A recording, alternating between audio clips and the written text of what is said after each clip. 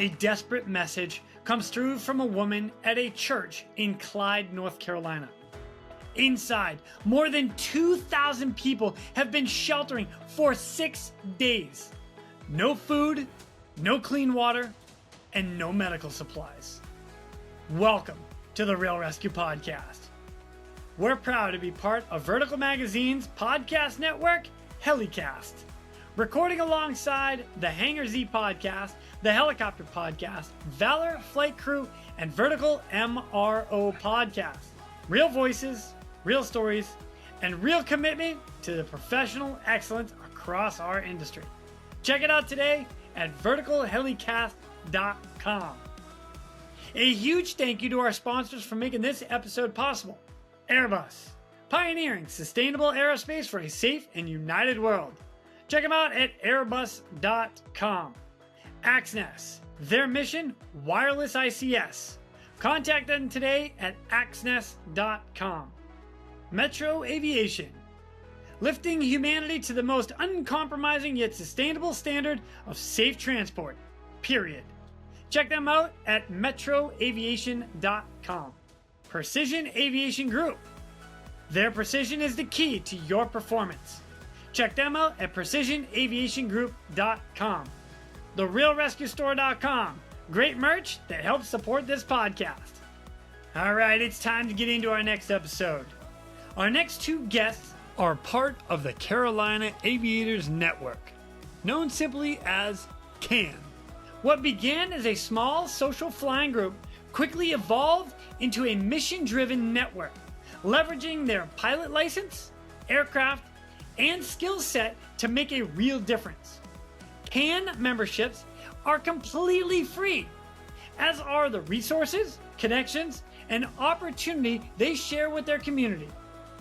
With the support of over 300 volunteer pilots, CAN flew more than 700 missions into Western North Carolina and Eastern Tennessee, delivering over 342,000 pounds of critical supplies after Hurricane Helene.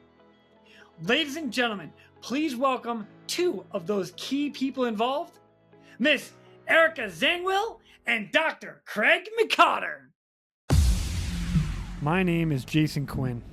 I am United States Coast Guard Rescue Swimmer number 500. These are my rescues and rescues from those of us that put our lives on the line every day so others may live. This is the Real ResQ Podcast.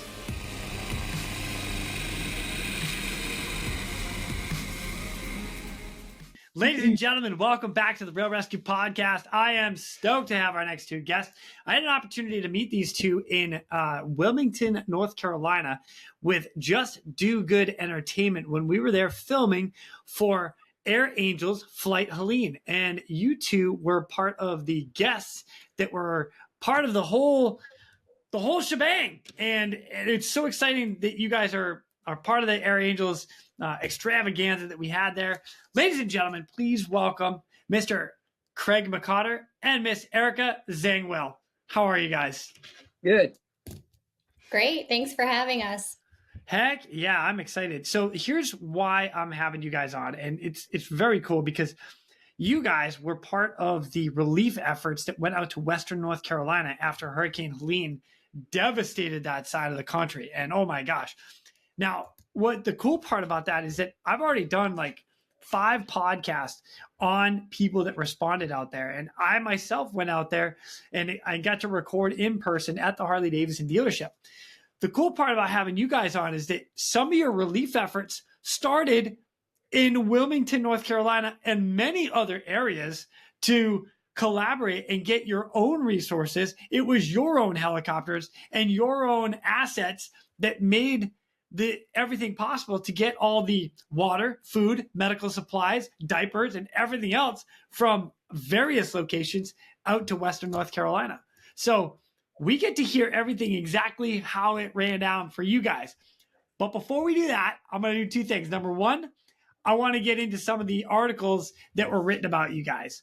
So the first one I want to talk about is Iredell Free News. And the headline is Volunteers Pilots Descend to Statesville Regional Airport to Help Victims of Hurricane Helene. The next one, is in the NBAA, the National Business Aviation Association. Carolina pilots rallied to get supplies to neighbors devastated by Hurricane Helene. The next one was on the news station WBTW, and headline there: pilots work to bring Carolinas together after Hurricane Helene.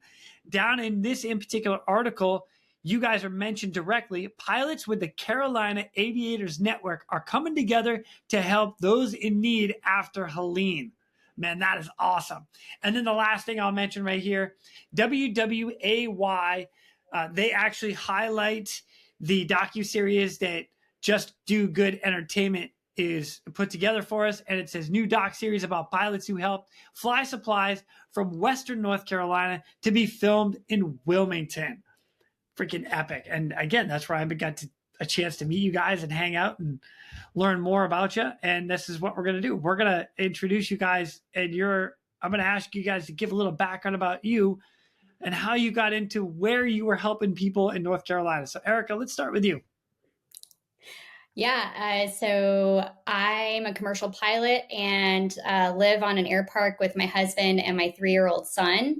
I'm either flying a champ when I want to stay local and do some low and flow flying, or in our Comanche when I want to get there quick. We refer to it as our magic carpet. Nice. And I run Carolina Aviators Network. We're also referred to as CAN. We're a family-friendly network of over 8,000 pilots and aviation enthusiasts that span North and South Carolina. And our mission is anchored in 3 core pillars of work. So we do everything from social connecting and, networking, servant leadership, which is where this falls under, leveraging our pilot license and aircraft to do good things, give back. And we also exist to enhance general aviation in the Carolinas, supporting local airports and promoting education and offering mentorship and things like that. It doesn't matter what you fly: airplane, helicopter, gyrocopter, drone, kite. Everyone is welcome, and you will benefit from our network in some way. But all right, so if I'm not a pilot, can I still be part of it? I'll just hang out of whatever, or you short haul me everywhere you want to go. How's that? Is that okay? Absolutely, yeah. You don't have to be a pilot. You can be an air traffic controller. You can be, drone pilot. You can be a mechanic. Yeah, you don't have to be. You could just be an aviation enthusiast. So I like it. All right, I'm in. And you said airport or air park. That means that you have an air, like a taxiway and a runway in your backyard. Literally, yeah. So. Oh man, that is epic. That's all. Yeah, your commute is way different than mine. I'm going to throw that out there. Okay. Yeah, we're a 3,000-foot strip, 3,000 feet long, 100 feet wide. Everybody lines the runway with our hangar and homes. And literally, like you just said, we pull our airplanes, and some of us have helicopters. One of us has a helicopter. Pull it out onto the runway, take off, and, we're in the sky. So very different way of living for sure. That's a different way to get groceries, but okay, you know what? Do your thing. Oh man, if only I could use an airplane to go get our groceries. And right? Hey, rumor has it you can land a helicopter just about anywhere. So yeah, find a big that's true. big Walmart parking lot. Exactly. Oh man, I should not be telling you to do that. Don't do that. Then you get phone calls that you don't want to get. It's awful. It's terrible. Oh gosh. All right. Thank you, Eric. I appreciate that. All right, Craig, what about you? Let's get a little background about you. So I'm Craig McCotter. I'm a cardiologist and I fly helicopters. And so that's pretty much what I do. So I work on hearts and work on helicopters. And I love flying helicopters. It's one of my favorite things to do. So. Oh, that's awesome. Cardiologist. My goodness. So me as a medic, I can make an EKG. Of course, I just read it and then give them to you and say, "Here you go, doc." That's what I do. That's what I do as my day job, and sometimes a night job, and sometimes a weekend job. But yes, that's what I do a majority of the time. So. Oh my gosh, that's awesome. Now, so you and I were talking a little bit offline. You were showing me the newest, latest, and greatest in pacemaker stuff, and it's really, really small. I can go grab it real quick if you want me to. I'll tell you what we'll do is you send me a picture and we'll overlay it right here, right now. Okay. So that way everybody can see what we're looking at. All right. It's insane. And I love the medical side of things. I think it's a blast, but wow, cardiologist, good for you. Well done. Yeah. Nice. You're saving lives every day. Gosh, you and I could do an entire podcast on how many lives you saved just in heart surgery. Well, we could, but that's another topic for another day. But agreed. That was one of the fun things about being part of this effort, was that I actually got the chance to literally just be almost like a fly on the wall, sitting back and taking it in. Usually with my job, it's always stressful, and you're usually the one dictating and directing and everything else. But in this case here, I was nothing more than just a guy who was loading the trucks, and it was absolutely fun. It was fun to be part of it, fun to take it all in and watch it. And that's what I loved about it the most. Watching, Erica work, watching Joel work and everything else. I was just given coordinates to say, go here. Like, sure. Wow. And that's where I went. I know if we went. Oh my gosh. All right. Well, I'll tell you what, you guys, if you don't mind, let's bring us back to a little bit of the beginning, right? So Hurricane Helene hits, and it hit hard. And what's interesting is, like, I landed in Charlotte, North Carolina, only days after. It was literally 4 or 5 days after Helene had hit, and nobody really knew. And then all of a sudden, everybody started to know, where service started to come back up, and then text messages and videos and pictures started to evolve, and it was insane. So where did you guys come in to help set up and organize what you did, and kind of follow through with that? Is from what location? Yeah, it's like you said, Jason, the day before, you hear about the impending hurricane and the impact it could have on, your friends, your neighbors. You're worried, but you're worried for those in its path, but you also don't know what the actual severity of damage would be. So you go to sleep basically hoping for the best. But for me, I woke up the next day, to a phone filled up with literal, it was filled to capacity with messages, missed calls, voicemails, social media notifications, all saying the same thing. CAN has got to help. We've got to do something. And then I learned in the wake of Helene's wrath that roads were completely washed out, communities completely cut off. They were in the mountains, so there was no cell reception, or, the towers were wiped out, supply chains were halted, no food, no clean water, no meds, critical supplies, baby formula. I could literally keep going. They couldn't use credit cards or take cash out from an ATM due to the power outages. And we were hearing all kinds of things from the military side, military aircraft, nor the government. Ground convoys were able to get through due to the road infrastructure being destroyed. And anyway, but our small civilian airplanes and helicopters on the general aviation side could get in. We could deliver those critical supplies. And so one of our board members at the time, Joel, who I'm sure you're going to hear a lot more of going forward, he was the only phone call that I answered that morning. And he was called to support the ground ops at Statesville Regional Airport, where they were setting up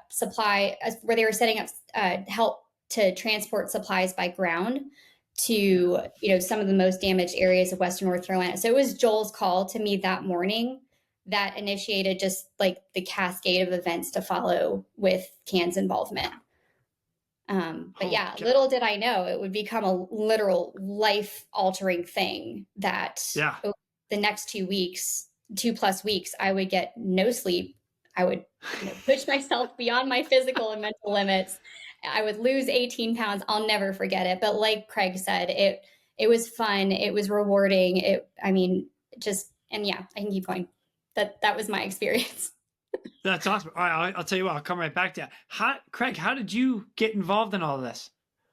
So, like Erica, my phone started going off because I have a helicopter and I fly helicopters, and I do a lot of stuff with offshore towers. That's called Frying Pan Tower, and we get involved in some search and rescue things every now and then and things like that with it. So people started asking me, "Are you going west?" And I said, "I don't know what's going on. And I was part of CAN, and I started seeing things on CAN about people asking, hey, if you have a helicopter, a light plane, anything that can fly, we can use the help. And so I reached out to Joe and some other people, and they said, yeah, the helicopters right now are great because we can get into small little areas and land, and we can't carry as much supplies as a plane can, but we can get into smaller areas.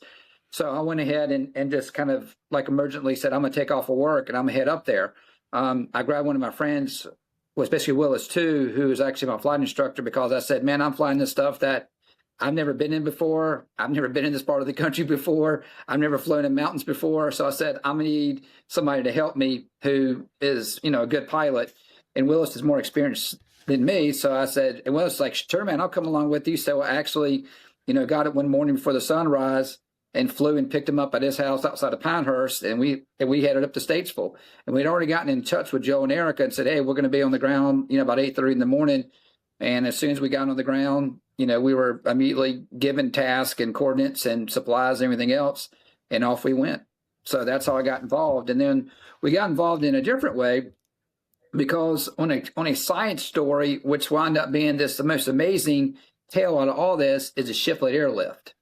And the shiplet airlift is an amazing tale that there's a lady who lives actually just right down the road from me, and she was frantic because she had not heard from her family in like 2 or 3 days. That's because over time, everybody's cell phones started dying and everything else, and the towers were going down. So people over time, they were able to talk to people early on, but then over time, things started to go bad when people's phones couldn't charge anymore and everything else. She had not heard from her family in days. And so she had actually reached out to some other people. And of course, they said, well, call Craig because he's going to probably be up there doing something with this helicopter. So she reached out to me, and I said, well, I don't know what's going on with shiplet, but I said, I'll post it on CAN.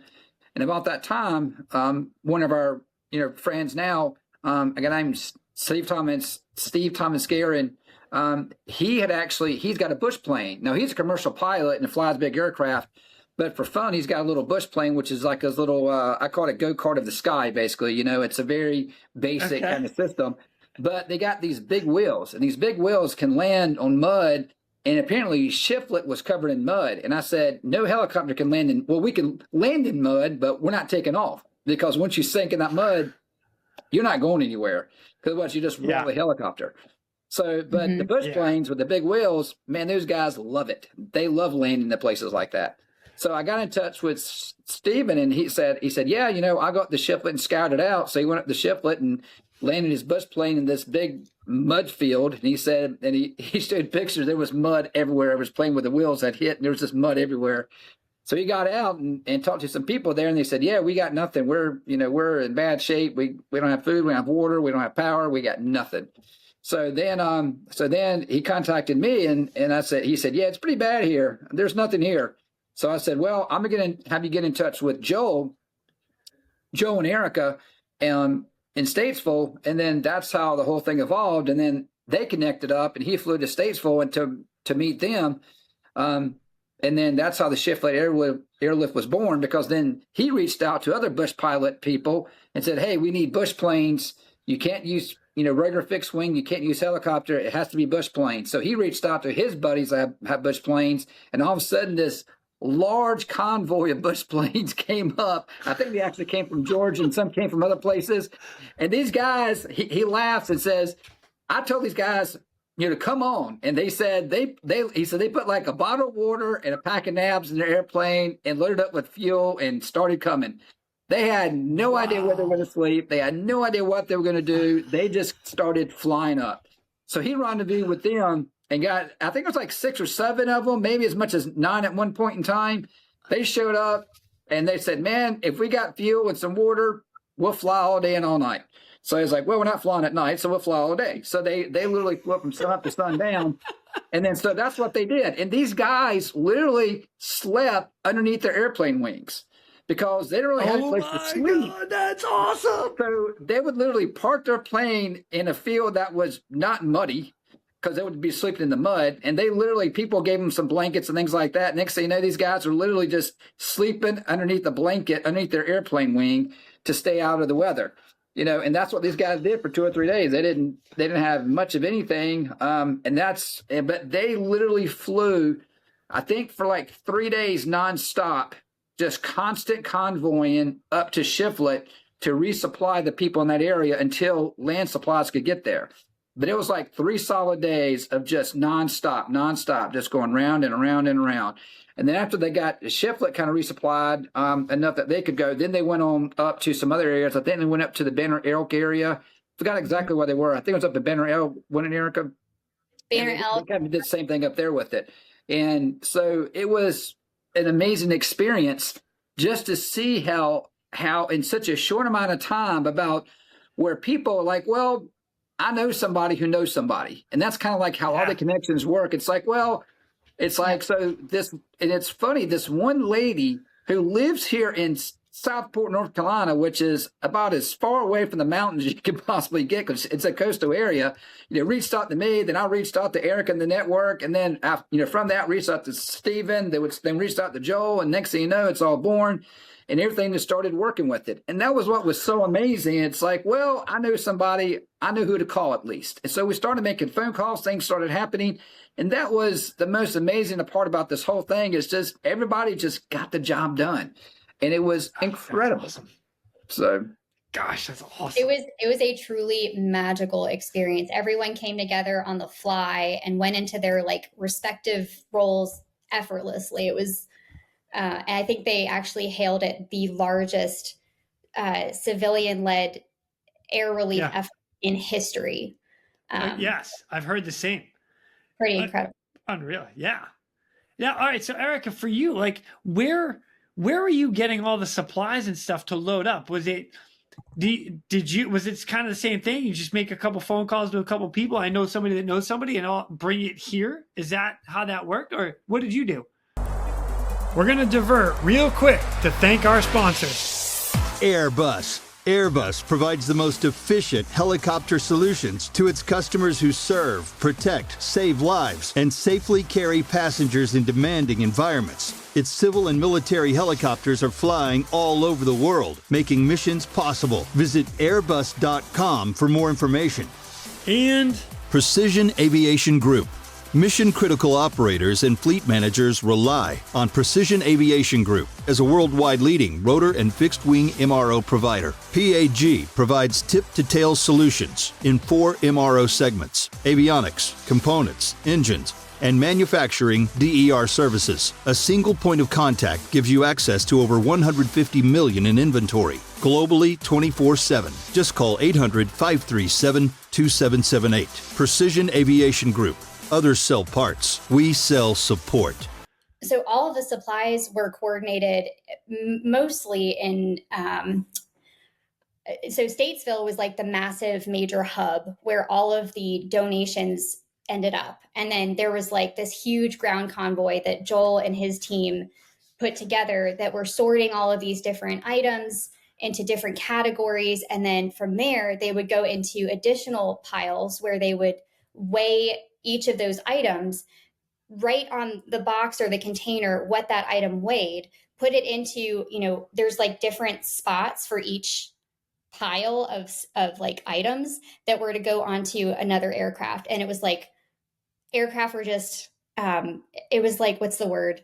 A conveyor belt. It was a conveyor belt. They just kept going through and loading up and making sure, obviously it was the pilot's responsibility to make sure that they had, the right weight and balance. Right. So, but yeah, I mean, a lot of everything was right there at Statesville, but like Craig said earlier, it wasn't just one airport. It was a number of airports doing their own thing, little ants, worker ants or worker bees coming together at their own respective location and collectively sending all of these supplies to Western North Carolina and Eastern Tennessee. We can't forget them. It was just incredible. Wow. All right. So rumor had it, there was a DC-3 that showed up, an antique airplane that showed up with supplies. How true is that? It is so true. And it was the coolest thing ever. I'll say that, from our side, our volunteer pilots spanned everyone from veterans, flight instructors, commercial pilots like Steve Guerin, corporate pilots, time builders. We utilized any and all aircraft, including the DC-3. We had STOL planes, helicopters. We had C-47s. We had military aircraft after that. Like, it was just every possible type of aircraft you could imagine. And the DC-3 was like the gem of it all in my eyes, because I was like, that's cool. Yeah. Wow. Man, you guys, that's incredible. All right, so Craig, I'm going to come back to you because you were a bit of boots on the ground and stuff. Is there a story or something that stands out in particular, either rescue or involvement, or somebody that you talked to directly that you made an impact on? Well, there's actually a lot of them. And so it's almost fantastic. hard. Let it ride. I mean, let's go. It's like I got to start at one. So I want to give a shout out to the people at the Harley Davidson dealership in Swannanoa, which is right outside of Asheville. So we went to Statesville. So that's the one I was at. So I know exactly what you're talking about. Yes. Great. So, everybody that's set up there. Amazing. It was cool. Joel in Statesville said, "Hey, I'm gonna reassign you to this helicopter area that's like helicopters only, and it's really close by, and it's easier versus us flying like 30 to 45 minutes each way. It'd be easier because there you only did flights for like 5 to 10 minutes away, so it was a lot easier to go." So when we got there, it was the dealership had been underwater just a few days earlier. The whole dealership, everything about it, like all the clothes on the inside were just covered in mud. The dealership didn't work at all. There was nothing there. The only thing that they had was a big field that they had used for concerts, and all types of Harley Davidson rallies and things like that. So they had this big field, and that's what they used. And they had also a big parking lot. So supplies came. I don't know where they came from, but there was like all these supplies. So we go there. And we check in and said, yeah, we're pilots. We got a Robinson R44. And at the time we said with our fuel and everything, we said, we feel comfortable taking about, 500 pounds of gear. So they put our flight number on this board and how much weight we can carry and everything else. And there was people there working social media at this desk. There's people there working social media, on the phone, on the computer, all doing social media stuff. Like, hey, there's somebody that posted on this website or Facebook group or whatever it is that they need this. Then there was like a controller who would say, okay, we'll send this aircraft with these supplies and this weight. And then there was a person who was in charge of fuel, getting the helicopters refueled. There's a person in charge of loading the helicopters. There's a person that was stacking exactly how much weight was per cargo. It was like, this is the most amazing thing that I think I probably have ever seen, and I have no idea how it all came together. But everybody just sat there and did their stuff. And in terms of flights, we almost established like this little pattern around this little field where we're like, okay, we're going to take off this direction. This would be the flight pattern we're doing, so nobody crashed into each other. But it was just like everybody just worked, and there was not much talking. There's not much banter. Everybody was just working, and it was such a magical thing to see. And the other thing that you have to give a shout out to, that with all these helicopter pilots, all these other pilots, there wasn't a single accident. And this is everybody just talking on the radios, just old school flying. There was no fancy air traffic control help. There was just people on the radio saying, hey, you got me in sight. Once you see me, I'm 3 miles behind you. I got you inside. I got you. Everybody was just talking nicely. And that was one good story. I got a lot more too, but that was a great story about what it was with it. I got one more for you real quick here. So we fly. Craig, you let this ride. I want to hear all of them. I know it sounds terrible, but I do. So we go in the Bat Cave, and the guy had told us, he said, listen, carry the supplies in the Bat Cave. He said, the only place to land in all of Bat Cave is this one bridge. The other bridges are unsafe to land on. But he said, so what we've done is they painted a big X, like don't land on that bridge. And on the bridge where they want you to land, they planted a big circle with like a plus sign on it. Or, so we're flying in. Yeah. And I actually said, Willis, I said, this is a little sketchy in here, flying in these mountains. There's power lines everywhere. The power lines aren't marked because it's not really a place where aircraft fly, so they don't have the markers on the power lines. So you don't you don't know exactly. You have to like really watch out for them. So we snaked in through this little canyon into Bat Cave, and we literally see this one bridge, and like that must be the bridge. So we landed, there, and the fire department guys came over and unloaded us. And it was just the devastation that you saw, the fact that there was like everything was wiped out. The roads were gone. There was no roads. There was nothing. There was just devastation. This one bridge just happened to be built so that it survived the flood and everything else with it. It was the only one that people deemed safe. The other bridges were considered too unsafe to even land a helicopter on. So that goes to show you with it. So it was absolutely the craziest thing to see, all this devastation that was just everywhere. So it was a pretty good thing to see. Everybody was so grateful too. Everybody was extremely nice. So, there was always order. There was nothing bad. Everybody seemed to be calm, collective, and it was an amazing thing to see. So when you landed with and the fire department kind of helped you out, did you have to shut down, or was it just kind of hot unload? No, they just, hey guys, good to see you. Here's your stuff. All right, we'll that's pretty much what it was. We'll see you later. They knew what to do to unpack and everything else. And they were used to unpacking the helicopter, so they unpacked, and we went on our way.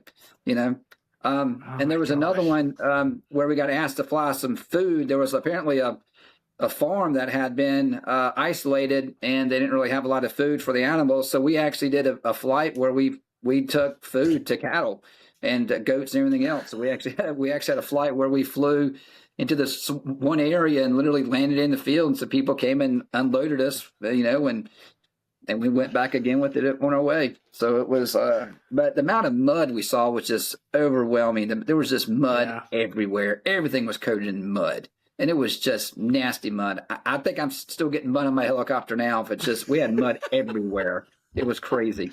So it's like the North Carolina red mud too. It's the stuff that stains everything. It's not like when you're out north in New England and stuff, and we have that nice dark mud. Yeah, no, that washes off. The red mud down there in Carolina, not so much. It's terrible. Oh my God. All right, Erica, what about you? Are there any stories that stand out to you of like that either direct contact with somebody or something, a message that you got back from somebody? Yeah, there are so many to draw from. I would say for me, the one that always comes top of mind, the most impactful story from my experience was I got a message from a woman. Have no idea how she got my number. My cell phone was passed out like Skittles. I'm sure Craig's was and Joel's was as well. Anyway, this woman was, she was stranded at a church in Clyde, North Carolina. And alongside her were over 2,000 other people that were sheltering in this church. And they had no food. They had no clean water, no insulin. That was the big one. And it had been 6 days. Her message, that was what was in her original message. It had been 6 days without food and water and all that stuff. So I was at the time already juggling a million different things. I've never felt like an octopus, like, just trying to do it all at once. But when she texted me with that, I stopped literally everything.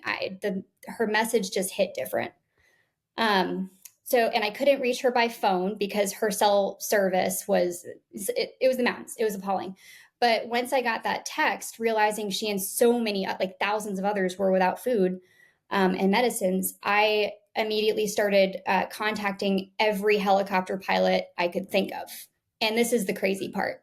It was like less than 2 minutes later after contacting all of these helicopter pilots. And one of them was like, I am in. Like, it was a millisecond. I swear, right after I sent out the text, this guy was like, I'm in. And so he loaded up the helicopter with. I just got chills. I just want you to know that, Erica. I just got total chills right now. That's awesome. Just picture me like shaking, so much anxiety and adrenaline and just absolutely in tears. He landed at Statesville, loaded up his helicopter with as much, I think there were MREs and water and insulin as he could possibly take off with. And at that point, we were racing against the sun, the setting sun. And as many of your as your listeners know, and you guys as well, so it's dangerous to fly not only in unfamiliar mountainous terrain, but also in low light. So we were beating the setting sun. And this pilot had to find a teeny tiny little baseball field. which was like the only landing zone that was dry and that was clear of power lines. So imagine this, like my husband and I are in our kitchen, it's starting to become nighttime. We haven't fed ourselves. We haven't fed our 3-year-old. We're in our kitchen and we're both on our flight apps with like satellite imagery pulled up, and we're guiding this pilot in. And the sheriff's department is on the ground there, and they've turned on their sirens. People were waving glow sticks, and it was like all hands on deck. So he finally landed and he unloaded his helicopter as fast as possible, because I'm sure you guys have heard of this, but there were looters nearby, like armed. Yeah, and I did hear that, actually. Yeah. Like at gunpoint, they were robbing whatever open homes they could find. And the church was also, they were hassling the church as well. So, and police could do nothing. There was like one sheriff there and just a bunch of looters. So it was absolute insanity. So he quickly offloaded everything. And the second he took off the second he left the ground, I already felt relief. But then he texted me later and said, I landed safely. I'm home. That was very rewarding. And I was like, it was like, finally I was able to breathe, because like I felt, total responsibility for this pilot's well-being and ensuring the mission was fully accomplished and safely and from start to finish. But yeah, I mean, the people at the church were moved to tears when they saw the helicopter land. It was just like a moment of pure relief, and life-saving insulin as well. So yeah, there are so many stories, but that one it was like yesterday. It feels like we were in our kitchen, neglecting our family duties of, feeding my child and my husband and myself. And but also worth it. Wow. And the next day, 4 more helicopters flew in. And the following day, after those 4 helicopters flew in, trucks could finally get through. But it all started with one text, and it turned into like this massive outpouring of support that ultimately saved thousands of lives, right? Like, it's crazy. Holy cow. Oh my gosh. That's incredible. Yeah. One of the things that I found so unique about this in particular incident, and just not only the response from the civilian side of things, but the aircrafts that everybody was flying. Like Craig, you said you had an R-44, right? The bigger military aircrafts couldn't get into some of the spots that the R-22 and R-44 could get into. And I don't think there's enough emphasis put on that. Like, because there were Blackhawks out there. I know, because I saw them. You said it yourself. There were the 46s, the big ones. There were a lot of them out there, and I saw them myself. But they can't get into these tiny little areas. There's no way you're going to land an H-60 on that bridge you're talking about. There's no way. It's just it was too small. And I know the one you're talking about too, so because I flew right over it. So. But my gosh, man, what you guys think? So, Craig, go ahead. If you got one more story that stands out to you, I'm all ears, because you said you had a lot. Well, yeah, I do have a lot, but this is a different aspect of this. Just to show you how everybody was so project focused. So, Joel was extremely busy running around with getting coordinates, getting information, make sure everybody's all loaded up. And of course, the news media was also around there because they wanted to highlight everything that was going on and things like that. So Joe had just given me some coordinates, and I wanted to make sure that I entered them into my floor flight system accurately. So I wanted to just verify that I had everything right. So I go back to Joel. Joel at the time was doing like a live interview with the news. Well, Joel sees me out of the corner of his eye and actually says, "Wait a second." And the lady said, "We're on live." He said, "I know that, but this is more important." Said, "I got a pilot that needs to verify something with me." So he was on a live newscast and said, "This is more important." And literally he said, "This is more important," and walked over to me and verified the stuff. And then he came back. But the lady was just like, she didn't know what to say or do because it was live. It's just like, I've never had anybody just walk away from a live interview before. But he walked back over and said, it's like, "Oh, sorry, that was very important. They're about to fly somewhere, and I want to make sure they had the right coordinates and everything right." So it was just kind of like, and she was like completely didn't know what to say or do. But Joe was like, this is more important than talking to you. So, but that was just pretty cool. That showed that his task, that he was more focused on getting the mission done versus doing the live newscast and things like that with it, That's so Joel of him. If you know Joel, that is absolutely his personality. Yeah. He's an amazing person. Oh my gosh. Then wow. There's another Joel's story real quick, and Erica probably saw this one too. Joel, towards the end of the week, started getting like exhausted. He was mentally fatigued. He was out of everything with it. I don't know how this came back, but one of the pilots had brought back like a homemade thank you card from like a child. And on the thank you card, the person had, the kid had like drew pictures of the helicopters, airplanes, and the angels out of the sky and everything else with it, and sent it to one of the pilots to give to the people at the Statesville Airport. Well, it found its way to Joel, and I just happened to be there when Joel opened it up. And Joel's face all of a sudden he literally just like drained life out of him, and he just started to cry. And Joel just started crying and just said, this is what I'm doing this for. This is what I'm doing this for. And he just, and it was just like, it was so crazy, but I was like, Joel, what's wrong? And he literally, Joel's not the kind of man that cries. So to see him cry and lose his composure, he just said, that's what I'm doing this for, and just like, and he was so emotional about it. But there was little things like that the people out there that there is no dollar sign or trophy or what you can get. Right. The best trophy you can have is that letter from that kid. If you say, what's the biggest award you can have? That's the award. That's the biggest one you can have with it, So that's why, and so Joel would probably never forget that. And I'm sure he probably still has that somewhere. If it's not framed in his house, I'm sure it's somewhere of honor. So I hope it is. And I say it on this podcast all the time. Like recognition, awards, they're wonderful. News clippings, thank you for the recognition. A letter from the family or a note from a kid like that to say thank you means so much to us that do this job. Are you kidding me? That's awesome. I would have been in tears. Yeah. Yes. So I feel Joel right now. Oh my gosh. Axnis. The Axnis P&G wireless ICS system delivers cutting-edge wireless ICS technology to any aircraft as a fully integrated system or as a carry-on, carry-off mobile base station. The P&G wireless system is the right solution for any mission. And Metro Aviation, the world's largest family-owned aeromedical operator, offers comprehensive aircraft services with 140-plus aircraft in over 25 states. The Completion Center installs medical and law enforcement kits and avionics, serving diverse aviation needs including offshore, utility, VIP, and corporate sectors.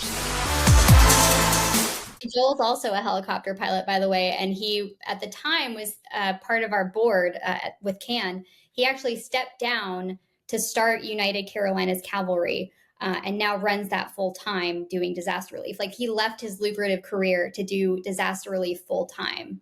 So like this whole thing has really changed people. And I mean, like, yeah, just talk about transformation or transformative. It's crazy. That's awesome. Wow. Holy smoke. Hi, Jason. I got one more story to tell you about this. One of the things that was really cool about how all this worked out was the time and effort and energy that people put into this. So when I got involved in this, it was because of the Carolina Aviators Network, and that's how a lot of us kind of were talking with each other and communicating with each other. And that network at the time had never really been developed for disaster relief. It kind of evolved into disaster relief. And so, and that's, the network's a very big network. It's mainly for education of pilots, trying to get people enthused. They have all types of meetups where we just sit around and talk about airplanes and helicopters and just talk about flying in general. That's what the network was kind of originally developed for. And so it has evolved a little bit into that with it. And then from that, you've heard me mention Joel's name a bunch of times. Joel formed the United Carolina's Cavalry Network, which specializes in disaster relief and kind of focuses on that as being a major aspect of it. So there's a lot of things nowadays that are forming. It seems to be more and more some type of tragedy that needs Joel's help, and it seems to be an ongoing thing with it. But what a lot of people were doing was the other thing with it. I, unfortunately, was working as a cardiologist. I could not, because of my job, I had people waiting for procedures and operations that had been waiting months, and I just couldn't deny like a lot of them. So the days when I could cancel a clinic and things like that, it would fly up there to help out, with it. And we would start early. For me, to get up there and back, it's a 2+ hour flight. I had to refuel along the way and everything else with it. And so I would literally get up and we would leave before the sun would even rise. We'd take off at dark, and then we would, fly, and I refueled. A couple of the airports were so nice to me when they found out what I was doing. I would stop and get fuel, and they're like, "Man, don't worry about the cost. Like, we'll deal with it later." So there, people would give me fuel. Yeah, it was so nice. They said, "What are you doing?" So I'm climbing in the mountains. They're like, "Man, don't worry about it. It's like, we'll get you back later," or something like that. And they literally just would let me, gas up my helicopter and fly on. And then we would literally work all day, and then we would fly back at night. And, I never forget, I have a cool picture of me in the cockpit of the helicopter flying over the Green Swamp, which the Green Swamp is at nighttime. There's no lights. There's nothing. It's completely dark. So, and I'm like thinking, I'm a little scared right now, because if I have to land, I got nothing. You know what I'm saying? So I had to dim the cockpits, my lights, because the only thing I had in my sights was the coast, was the lights along the beach part. So it was just such a surreal thing. Leaving in the morning, before the sun rises, and then flying back home at night. And I dropped off my buddy who was helping me fly, so it was just me. I was flying by myself over the Green Swamp. I went up to about 3,000 feet just in case I needed to glide somewhere. I could at least have 2 or 3 minutes before I crashed. You know what I'm saying? So that's something to think about. So I went flying with it, but it was such an awesome time. But I put in as much work as I could. But the amount of volunteers, there's a lot of people like Erica and Joel who literally took off, 2 weeks of their life to do nothing but this. And you cannot say enough about these people that took off of work, but dozens and dozens of hours of flight time on the aircraft, that they paid for their maintenance. A lot of times we did have fuel that was donated, but sometimes you didn't. Sometimes fuel was hard to come by and things like that. But it was just such an awesome experience with it. That's so cool. It's funny you mentioned that. I was actually going to ask you about some of your patients, because one of the things that I don't think people really understand about this is that you did have to take off from your regular professional job. What pays the bills? One of the things that for me in my career, that is how I paid the bills. I've always been in search and rescue, whether it's U.S. Coast Guard, whether it's my civilian side. That's been my role, some sort of aviation, medical, transport, or search and rescue. But I was getting a paycheck. You guys were like, hold on, everybody, I'm going to go help. And that is just, to me, next level. And I love it. So thanks for sharing that. Yeah, so the amount of pilots who did this, again, I feel bad that I'm here doing the podcast, because I promise you there is 100 pilots who are more qualified to speak on this than me. You know what I'm saying? That's the thing about it. There are some pilots that I knew flew their planes for probably 10 hours a day for 5 days in a row. I mean, they probably literally logged 40 to 50 hours of flight time in 1 week, and just nonstop. So again, there's a lot more pilots out there. I was logging the one day that I flew the most, I logged 9 hours of flight time in 1 day, which in a helicopter is not fun, because after a while your head's just shaking the whole time, because the helicopters, they just kind of this vibrate. So every time you hop on the helicopter, your whole body's just got this little shake going on, So it's kind of crazy with it. What's wrong with you? Nothing. Yeah, it's just you got this constant shake going on with you, So, but there's so many good pilots out there that literally, again, I feel bad that I'm here doing this podcast, because I promise you there is 100 more pilots that are more qualified than me to speak on this. I don't know about qualifications, but there are definitely, hundreds of pilots that flew these sorties. Is that how you pronounce it? Sorties. Yep. Sorties. So over 300 just from CAN that I know of. So everybody has their own stories and experience, but it really was a truly unparalleled, emotional, inspiring, compelling deeply American story of what's possible, right? When communities take care of their own. These were our neighbors, our Western North Carolina neighbors. And in this case, we were able to do that from the sky. So yeah, like next level. next level. Yeah. So quick question. Let me come back to you, Craig. How many days did you actually go up to Western North Carolina out of your own time? Do you remember? There for 2 days. So Just flew 2 up, days. flew back, flew up, flew back. Well, then the second time we went by ground to help out with some ground relief stuff because the weather was bad, and I didn't want to fly in the bad weather, so I went 1 day by ground. Got it. All right. So flew up 2 days and then drove up another day. And I know from Wilmington up to the mountains is give or take 6 to 8 hours. Based on where you're going to, but to the Statesville airport by air, I think it was 2 hours and change to get to Statesville. And then because on the way back, we left from Asheville and flew back, and then again had to refuel. So it stopped off one of the airports in between and refueled. So the actual flight time back from Asheville was still less than 3 hours, like 2 hours and change or whatever it is. So I've got exactly what it was. Yeah. But the winds, there was a few days the winds were good. We had some good winds, going with this. But I cruised about 100 knots. So that's not bad. Yeah, so it's not bad. But right on. Now, but your drive, if you're driving up, we went to Statesville by ground. Time on the road. Yeah. So we went to ground by Statesville, which isn't too bad. So by ground wise. Okay. Because I remember driving from Charlotte up to Statesville, and I'm like, man, this is kind of a long drive. Wasn't that bad. It wasn't that bad. Right. Say, if you think that's a bad drive, then man, you're spoiled.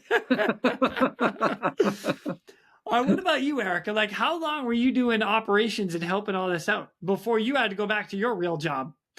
I'm still doing operations. Oh my gosh. What? No it's joke. A year later from the time we are recording almost literally a year later. Wow. Obviously, things look a little different now versus a year ago, but we are still very much, have our sleeves rolled up, and we're working very closely with Shiflet specifically. Like Craig mentioned Shiflet a few times. They were under 10 feet of water, and you can still see the water line on their hangars. It's insane. And the amount of aircraft that the hurricane took out, their gazebo was it ended up in several hundred feet away. And the entire airport was just completely demolished. So Carolina Aviators Network has been literally, I think we've got 77 man hours of having to muck hangars, and we've rebuilt their tractor shed, and so we're still in it. We've been in it for over a year, and we've just been helping revitalize the area. Hendersonville Airport, we've also helped revitalize after the hurricane hit. They've sent before and after photos. It's mind blowing, the comeback that they've made. Yeah, I'm so excited you just told me that, because I had no idea that it was still going on even a year after the hurricane is said and done. That's incredible. Oh, yeah.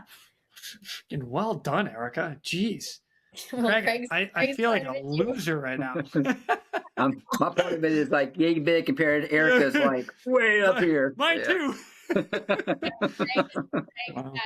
He's dabbling in both organizations at this point, and I don't know how he finds the time with his regular day job. He is a literal real-time hero to me. That's awesome. Very sweet, Eric. Well, let me ask you guys this then. So with all the relief efforts that you guys are still doing now, is there a way for people to still help with some of this stuff? Because again, I didn't know that was still going on. So if whatever it is, let's let it out there. It definitely is. And as with any disaster, people in the beginning are always willing to give. And then after a few weeks or months, sadly enough, there becomes another disaster. People move on with their lives and they forget about it. United Carolina Cavalry is very actively still working up there as we speak now, but they're also getting prepared for the next disaster. Because, again, sadly enough, we're going to have more hurricanes. We're going to have more tornadoes. There's going to be more floods. Oddly enough, on the East Coast, we even have earthquakes, which is crazy. You know what I'm saying? But we have those too. So eventually something else is going to come. So, yes, donating to the sites is great. The CAN network is the same way. I'll let Erica speak about CAN as well. But the Carolina Aviators Network is always always raising money because they do more than just like disaster relief. Again, the awesome things are being done for educating people about aviation, getting youth involved in education with it, and the STEM programs at the high school, the camaraderie of people meeting together. You know, we meet people all the time who's like, I just dream of taking a flight sometime. And I've given a lot of people flights in my helicopter because people are like, I've always dreamed of flying in a helicopter, thinking, yeah, sure, let's go. You know what I'm saying? So these are the fun things that happen. But there's always something that can be done and basically donate. Erica, since her expertise is as being the president of CAN, she can speak to the best way of doing it. Yeah. So Craig is literally saving lives and making dreams happen for, kids that would love to fly. He's turned into my next hero. That's awesome. I'm so excited. Yeah. You can't get out of it now. Absolutely not. Yeah. So, I mean, we're always asking the public to get involved in some way, whether it's volunteering with CAN or donating to help us grow, help us revitalize other airstrips that have faced disaster, donating to help with fuel, medical supplies. We work in very close partnership with UCC, even spreading the word, or again, volunteering is a big one. We need help. We need boots on the ground and pilots in the sky. So every little bit helps us reach more people. So please consider getting involved with both CAN and UCC. We're both— Define UCC real quick for me. United Carolinas Cavalry. Perfect. Thank you. Joel's organization. So we're both doing amazing things for the local community. Perfect. Oh, you guys, this is awesome. And I will say this, like, you guys don't just do with the Carolina Aviator Network. It's not just disaster relief. Like, you guys, you have a little group that you like to fly together. You like to do stuff together. There's cookouts, there's barbecues, there's good times all around. You just have to have a hangar on an airstrip at your house. I am jealous, Erica. Not a requirement. Yeah, I've been trying to talk my wife into letting me buy like a float plane so I can land on my lake and just taxi up to my house there. That's what cool. I'm dreaming of. She hasn't bought off on it yet because I want the boat right next to it, and I'm like, oh, oh, I love it. Well, you guys, I cannot thank you enough for coming on and sharing your personal experiences with everything that went on with Hurricane Helene. Major shout out to Just Do Good Entertainment and their production of Air Angels Flight Helene. If anybody wants to go check it out, it will be in the description. You can go check out the link there. But for you guys, thank you for coming on. Craig, Erica, when I see you guys again, we're going to sit down, we're going to have a drink, we're going to have more stories. It'll be amazing. Awesome. Thanks for having me. Looking forward to it. Anytime. And with that, ladies and gentlemen, we are out of here. Go. Now it's time for me to pull chocks and take off. But before I go, I'm always looking for the memorable rescues that people have done. If you have one that you're willing to share or know somebody who has a story, please feel free to reach out to me. I'd love to highlight it here at the Real ResQ. For everybody that is standing by for that SAR alarm, remember, those in distress are praying for a miracle. They are going to get you. So until next time, fly safe and swim hard. Thank you for joining me today here at the Real ResQ Podcast, powered by Vertical Helicast. We'd also like to say thank you to our sponsors for this episode. Airbus provides the most efficient helicopter solutions to its customers who serve, protect, save lives, and safely carry passengers in demanding environments. Its civil and military helicopters are flying all over the world, making missions possible. Visit airbus.com for more information. Metro Aviation, the world's largest family-owned air medical operator, offers comprehensive aircraft services with 140-plus aircraft in over 25 states. The Completion Center installs medical and law enforcement kits and avionics, serving diverse aviation needs including offshore, utility, VIP, and corporate sectors. The Axnis PNG wireless ICS system delivers cutting-edge wireless ICS technology to any aircraft as a fully integrated system or as a carry-on, carry-off mobile base station. The PNG wireless system is the right solution for any mission. And Precision Aviation Group, Mission-critical operators and fleet managers rely on Precision Aviation Group as a worldwide leading rotor and fixed-wing MRO provider. PAG provides tip-to-tail solutions in 4 MRO segments: avionics, components, engines, and manufacturing DER services. A single point of contact gives you access to over 150 million in inventory, globally 24/7. Just call 800-537-2778. Precision Aviation Group. Others sell parts. We sell support. Go!